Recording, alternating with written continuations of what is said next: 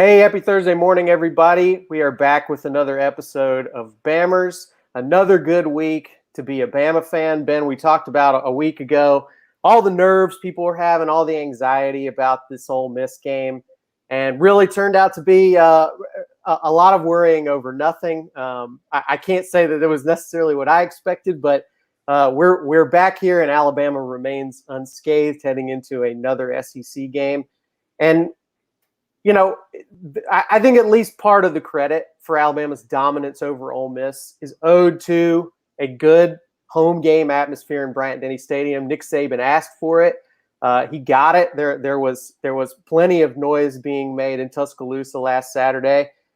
And, some coming from the fans, some coming from the speakers. And specifically, we want to get into the music aspect of the game day atmosphere. And that's why today, Ben, we're joined by Lacey Cencula, legendary Bama superfan on Twitter, who is now kind of a mover and a shaker. She is influencing policy for game day in Tuscaloosa. So, Lacey, first of all, thank you for joining us on Bammers. No problem. Thank you so much for having me.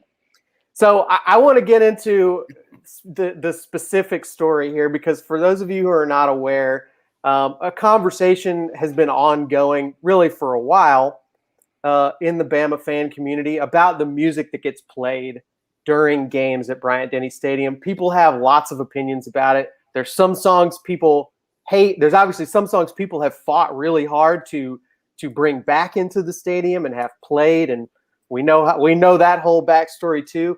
But Lacey, kind of take us through what were your sort of specific gripes about the stadium music? What were your points that you were making about kind of what needed to be changed in your opinion?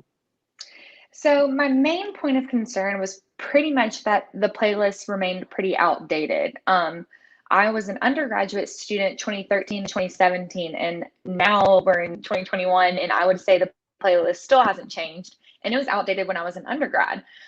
Most of the songs that they play seem to kind of be like early 2000s, so I don't really know what crowd they're going for because the current student was like probably in third or fourth grade when some of these songs came out, so it's not getting them.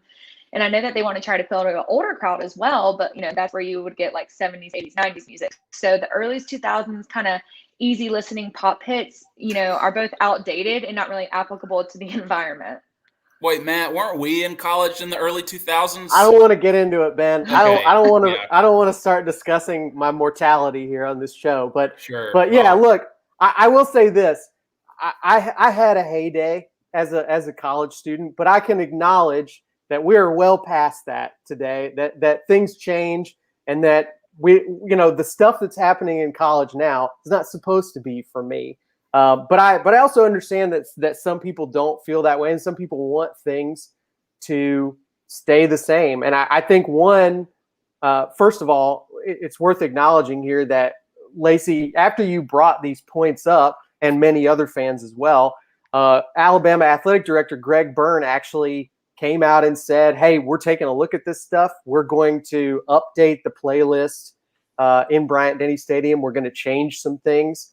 And, I don't know how fast that's going to happen, but I think that's pretty cool that Greg Byrne is out there actually, listening to fans' feelings about this kind of thing. Yeah, I agree. And Greg has really been great. I've only met him personally once, and it happened to be last week after the whole Twitter exchange. So that was kind of a cool experience. But he's been great his whole tenure of listening to the fans, hearing the concerns, and then actually addressing them. We've seen it when adding water monsters, sunscreen, the misters in the stadium. He's been talking about the concession lines this week. So he does a really good job about hearing, concerns and then how to address them. And of course, if I was the only person complaining, no one would care. But clearly enough traction was behind it that he was like, okay, I hear you. And let's make some adjustments here.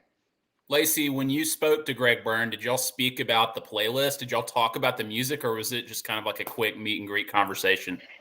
It was just a quick meet and greet. So when I saw him, he was doing the ticket scanning for Southern Miss, another cool aspect that he kind of gets hands-on with his work. But I was like, hey, I'm the girl that you tweeted earlier this week about changing the music.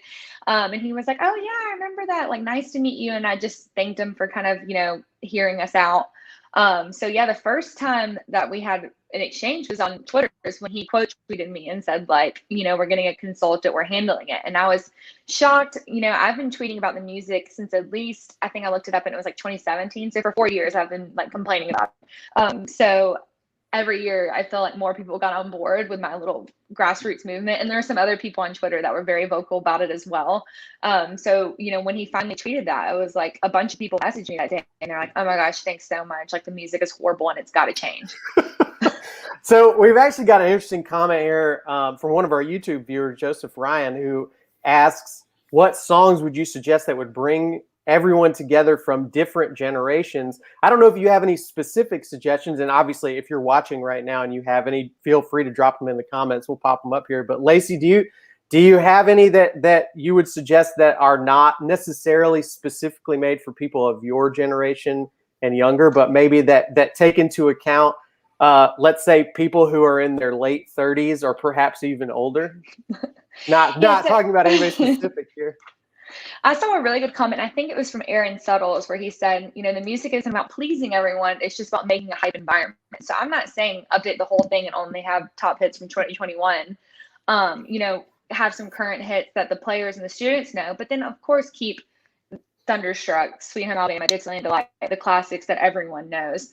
I think just really it's more of the vibe of the song, not so much as when it came out. Like, I think a really hype song is that Lil Jon song, like Set It Off, or Set It Off by Boozy, and then Lil Jon Throw It Up.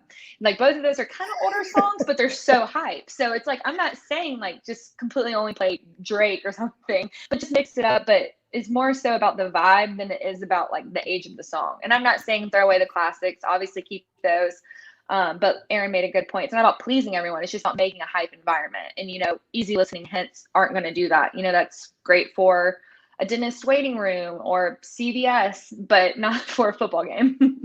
So, Lacey, Byrne announced recently that a couple of songs have been stricken from the record books. They're no longer on the playlist. I think moves like Jagger is gone now. I think now the Applebee's song Fancy Like is gone now. I'd like to make a case for Fancy Like later on if we can, Matt, if we have time. But no, we won't have time, it looks like. Other than those, so like, you were talking about songs that have been playing for years and years now. I feel like that Dynamite song was playing when I was in college, even though I don't even think it had been recorded yet. But it goes back that far. What are some songs, including Dynamite, which I know you can't stand, which ones have to go that aren't gone yet? See, my problem with Dynamite is that's a classic example. Like, that song came out in 2009 or 2010. So like, we're not getting current students. We're not getting the old, like, no one's wanting that's going to no one. Sure. So that song's got to go. They cut Moves Like Jagger, which again, like, my mom was like, what's wrong with that song? I'm like, I'm not saying it's bad. I'm just saying it's not a football game. Like, there's just two different vibes. Dynamite just got to go. It's overplayed. There was a Flo Rida song that happened last week that I was kind of like, okay, like, meh. There was improvements last week at the Southern Miss game. Definitely I saw that we added some new ones, cut some old ones. I wasn't in there for pregame, but I heard they played a lot of good music in pregame. They added The Weeknd, Blinding Lights. So they've done a good job so far about cutting those old songs. One they haven't done this year, but they used to, was that Thank God I'm a Country Boy song. Absolutely probably the worst song I've ever heard in my life. I don't know why. Are we talking about John Denver? Yeah, I think that's just, like, I've never heard it until the football game, and I'm like, who is this? Yeah, like Will Anderson's getting hyped to this song. Like, it's not working. I will say, look, it's funny that you say that, because I agree that probably old country is not doing a lot for the players in the student section. But it's funny that Dixieland Delight has kind of transcended that a little bit, because it really, truly, I mean, I watch the bench when that song comes on, and the players actually do get really hyped to this, like, this, 30-year-old plus country song. And so I don't know what's special or different about that one. Maybe it's just the fact that this other tradition has kind of grown up around it at Alabama. Well, and I think that's like the main point I'm making. Like, you have an old song and it's a country song. Like, you wouldn't think it would work, but because it gets everyone involved, everyone hype, it makes a great environment. So it just goes back to, like, we don't need today's top hits, but you need something that changes the environment to where it electrifies the players. If it's 3rd and 2 and we've got a big stop coming up, what's going to get the crowd into it? Is it going to be an easy listening pop song that started in 2010? Probably not. So, it's something that above all else has to get the people involved. I think that's an interesting way to look at it is kind of watch and see if the crowd actually is responding to the song, because who would have ever thought that Mr. Brightside by the Killers would be a great stadium song, right? I mean, it almost does kind of fit into your, as you keep calling it, easy listening playlist, but it's that song. There's no question that the stadium responds to it and gets super into it when that song gets played there.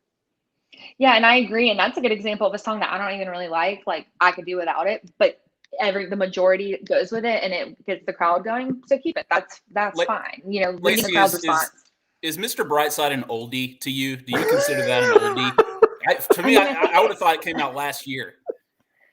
I think it came out when I was like in 4th or 5th grade. It's just a weird thing. Oh my God. Got it. It's a weird thing because it was like a song that I listened to growing up, and then it's like, well, now it's, I don't know. I was just looking at a playlist called like Great Karaoke Hits, and that was on there. So just my soul just leaving my body as this conversation continues. I do think this was. I mean, we've got some good comments coming in from folks who obviously have strong feelings about this. I'm going to ask you about one more song, and it's not related to music that gets played over the PA system. Lacey, this is a very controversial topic in the music area that I need your opinion on before we move on from this topic, and it is what has really become a $1 million band staple. They play it at the start of the 4th quarter. Is the Green Day song "Basket Case"? Do you have an opinion on this song getting played continuously for every single game by the band? So that's kind of my hot take. Is I don't really have an issue with Basket Case. I know a lot of people do. I know Hunter Johnson famously wants it eradicated. I don't have a problem with it. And again, it's the same thing as Mr. Brightside. Like, am I thinking it's the best song ever? No, but just the whole student section, whole stadium get involved, the cheerleaders get involved. Fine, it works. So it's whatever. And I do want to give credit to the $1 Million Band, who has updated their playlist tremendously. From years past. I was sitting in the zone a couple weeks ago, so near them, and they played Olivia Rodrigo. They played Lil Wayne. Like, they're kind of getting the assignment on, okay, let's play some things that get people going and that everyone knows. So I do want to give credit to them for adjusting. Matt, Basket Case came out when I was in the 4th grade, so it probably sounds like ragtime to Lacey and her friends. I would say probably a lot of people don't even know like the actual song that goes with it. Yeah. I bet you a lot of people think it's just a band song. Ben, you may have actually owned it on a cassette tape. I'm taking deep breaths here, Matt, and inhaling and exhaling slowly. But man. I actually would say that I don't think I even know the lyrics. I think I just know the beat. Now I think about it. Yeah. Hey, it's like it happens. It's like an old jazz standard.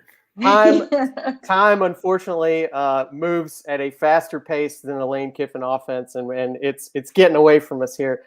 I do want to thank you for coming on with us, Lacey, despite the fact that you made us both feel utterly ancient while having this conversation with you. But I think this is a really interesting thing. There's many parts of the Bama fan experience that I think are always kind of an ongoing discussion, but this part of it, this sort of, hey, this atmosphere needs to be updated. It's always going to be a little contentious. People are always going to have strong feelings, whether it's music or anything else that gets changed at all.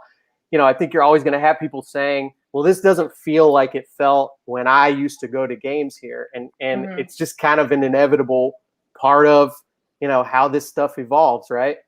Yeah. I mean, and that's especially true with Alabama. I mean, people are steeped in tradition and hate, things to change, especially when it comes to Alabama football. And again, like, no one's saying throw out the whole playbook and change everything, but why not want to be the best environment? I mean, when you see other environments that are just crazy loud, you used to get that at LSU, Texas A&M, dare I say Auburn also has a rocking environment. And we have this like beautiful, cool light show. So it's like, let's just keep upping it all to the next level. And I think Greg Byrne has done a tremendous job at hearing what the fans want, hearing concerns, and making adjustments without kind of pushing too hard on longstanding traditions. Awesome. Well, glad to hear that your voice is being heard and that Greg Byrne is paying attention to fans. And, that's always a good thing, being responsive as a big, giant athletic director over one of the biggest programs in the country, that he still listens to the actual fans.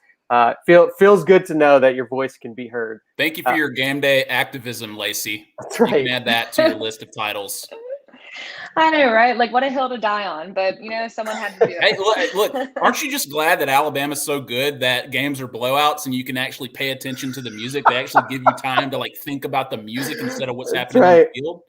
I was thinking this the other day. It's definitely a Champaign problem. We have other schools that are on a coaching carousel, can't get it together, and we're over here we would like a playlist change, please.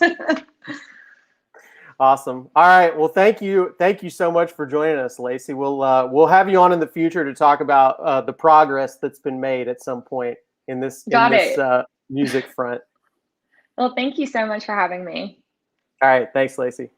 Bye.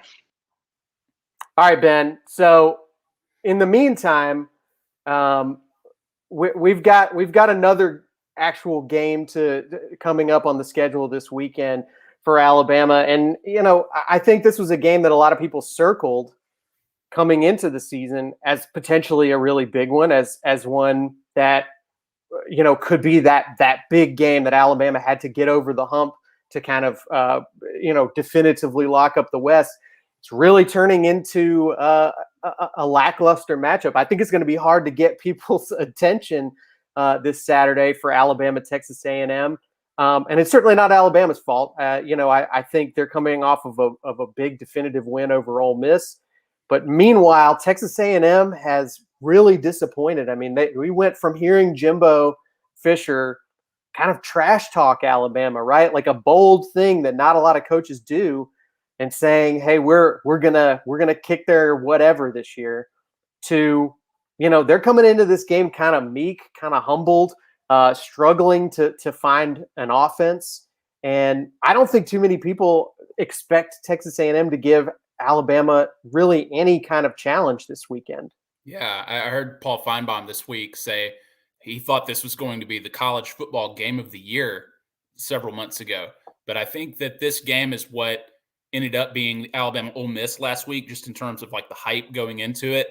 And yeah, I mean, everybody thought several years in, Jimbo Fisher would have Texas A&M nationally competitive, and you could obviously make the argument that that's what they were last year, and that they only had one loss. They were probably the second best team in the SEC. They had probably an argument for a playoff spot, but the margin of victory between them and Alabama last year was just too great to ignore. And so Kellen Mond leaves. There's a new era under center, and Jimbo Fisher is just back in transition mode. And so it's unfortunate because, I mean, I know that people want to see a more competitive game. For Alabama fans, it's great, right? They just they think that this is going to be an easy week, and maybe it will. Who knows? This is a game that can obviously save Texas A&M's season. If they were to upset Alabama, then all would be forgiven. No, there would be no pressure on Jimbo. They beat Alabama. For Alabama, it wouldn't necessarily ruin their season based on how it's gone so far. So, look, anything can happen. But the way things have gone so far in college football indicate that Alabama should win by a comfortable margin. But you have to keep asking yourself week to week when these teams finally play each other is, how good is Texas A&M or how bad is Texas A&M? If you look at those losses, right, they lose to Arkansas. Does that mean Arkansas is that good? They beat Texas. Now they beat Texas A&M. Then they get smoked by Georgia. Sure. Goose-egged, right? So what does that mean for Texas A&M, really? They lose to Mississippi State. Most of us think that Mississippi State's not that good. So how competitive is Mississippi State really? Are they going to present more of a challenge to Alabama than Texas A&M and Ole Miss did? Who knows? So we're still learning a lot about the college football season, the SEC specifically, who's on Alabama's schedule. But now it's Texas A&M. It's an amazing atmosphere. I've been there. I went there for the 2013 Johnny Manziel rematch there in College Station, and it's a sight to behold. It's one of those bucket list experiences if you're a college football fan. But we'll see how much yell practice helps them this weekend. Speaking of, there's a video going around on Twitter this week. It was actually posted by Auburn fans, is who I saw posting it, but it was a video of yell practice, as they call it at Texas A&M. This is tradition they do the night before a big football game at home. And this was from last week. It was from when they were getting ready to play Mississippi State. I have to tell you, Ben, the responses to it are pretty overwhelmingly, I would say, not positive from other fans. And it continues to kind of wow me how sort of othered Texas A&M feels to most SEC fans. I think it's at a certain point, SEC fans have kind of all understood and embraced the traditions of our various sister schools within the conference. Other fans make fun of Auburn for rolling the trees at Toomer's Corner, maybe, but they also understand they do it. They don't think it's the weirdest thing they've ever seen. Yell practice and the yell leaders seems to be kind of off-putting to SEC fans still. I think there's still something that there's like, it doesn't seem right to them. It seems a little too strange. And I do think it almost like indicates to me that there might be a similar sort of tough time adapting culturally when Oklahoma and Texas come in, because again, that they're even though I think there's a very, very loose definition of what the South is that includes Texas and maybe even Oklahoma, Texas and Oklahoma are a very, very different world culturally than what we experience here in Alabama, what it feels like maybe in Mississippi and Tennessee and Georgia. Look, I mean, I think there are Alabama fans in our comments right now feverishly typing pot meat kettle to the Auburn fans who are calling attention to the Texas A&M traditions. But look, it's their tradition, right? They're nothing if not unique as a fan base. And like I said, that experience when I went and saw Texas A&M in Alabama play in College Station, it was amazing. And they've created something wholly unique, and they've brought something different to the SEC, I think. And it might seem strange to people at first, and I think that's probably fair for them and probably fair for a lot of those that you already mentioned about Auburn and Alabama and some of these other schools in the SEC who have things that are strange at first glance. But once you sort of like embed yourself in the culture, get to know the people who love it as much as they do, and try to understand why they love it as much as they do and what it adds to the rich experience in terms of game day at Texas A&M, then you'll probably understand and appreciate it a lot more for what it is and what it contributes to the greater SEC and college football experience as a whole. So yeah, it's silly. It looks silly. I could say this 1,000 things if you come to Tuscaloosa on Saturday and see what people are wearing, what people are doing. It's weird, right? But that's college football fandom. Like, fandom is weird, but people embrace the weird wherever they are. And I think people who have positive outlooks in terms of where they go, wanting to learn new things, meet new people, and understand new cultures, then I think that they're richer in terms of the experience that they have as fans. So I just say embrace it, because it brings a lot of joy to that community and that culture. And if it's not for you, then just say good for them, not for me. Road games broaden the mind, Ben. That's your contention. So, I mean, look, so far, I'm not seeing anywhere near the nerves from Bama fans in our comments this week as we saw a week ago. There were a lot of people that were doom and gloom about Ole Miss, saying they're going to beat us. Our defense isn't ready. Now Bama fans are saying 45-17, 52-17. They're not worried about Texas A&M. And we'll see. We'll see Saturday if that confidence is justified or not. But Ben, I think this is we're pretty rapidly heading towards a scenario where I don't know how many teams, unless somebody starts to evolve here, right? Unless something changes dramatically from what we're looking at right now, I just don't think there's a lot of teams left on the regular season schedule that Alabama fans are going to have those nerves about, are going to be worried about heading into the game. And that doesn't mean they're not going to watch the game. It doesn't mean they're not going to be excited about it, but I don't know that there are going to be those hand-wringing moments this season until we get to, late November, early December. Who knows about Auburn right now, but I think you start looking around the traditional games that put a scare into Alabama, and they just don't look like they're having those sort of, great years that they have in the seasons where they actually do challenge Alabama. Yeah, I thought the Ole Miss game, like I said last week, was the regular season game Alabama could lose in 2021 because, like you said, if you look at the rest of the schedule, you don't see much of a threat. But as Nick Saban would say, why do you even play the games, right? So when they play, anything could happen. The outcome is not in doubt for many, but Alabama has played very close games when you thought they shouldn't have. I referenced that 2014 Arkansas game when Alabama barely escaped with a 1-point win. Nobody thought that would happen. The talent gap between those two teams was enormous, but it happened. It was a road game. It was a hostile environment, and the team just didn't have their fastball that day. So we'll see. I'm with you. I tend to think that Alabama should probably roll through the rest of their schedule, but some of the teams that they're still going to face are actually playing well right now. Like as the college football season, we're in the meat of it. Auburn got a big win against LSU. Mississippi State is playing fairly well. Tennessee got a big win, even though they haven't played much of a schedule in terms of the level of competition, but they're winning. So Alabama's got to be ready. I mean, those guys are going to get out there. They're going to play football, and they're all going to want to beat Alabama. And Texas A&M, they're the team that was primed to upset Alabama. And so we know what kind of talent they have. We know what kind of coach Jimbo Fisher can be. And again, that is going to be a hostile road environment for Alabama. So you never know. Alabama probably should win, but there's still a lot of SEC football games to be played, Matt. Ben, I don't want to count chickens before they're hatched here, but Tennessee could win every game from here until the third Saturday in October by 52-0, and you could not convince one Alabama fan to be nervous about that game. I don't think what if they're wearing those black uniforms? Black uniforms really scare Alabama players and fans, as you know. Yeah, they're terrified. So.